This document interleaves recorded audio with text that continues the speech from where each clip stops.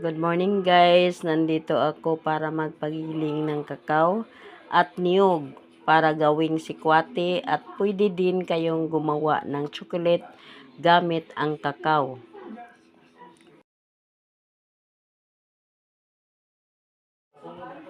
Ayan guys, malapit na matapos ang giniling na kakao.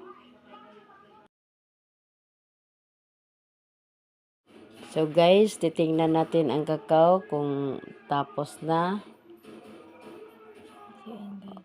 Yan guys, ang sarap. Mamaya guys, magawa ako ng sikwati.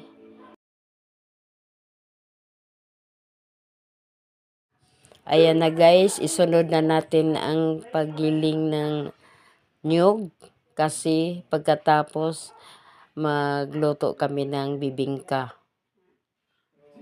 Kasi may order po kami sa kapitbahay, may birthday siya bukas. I-fast forward natin guys para madali.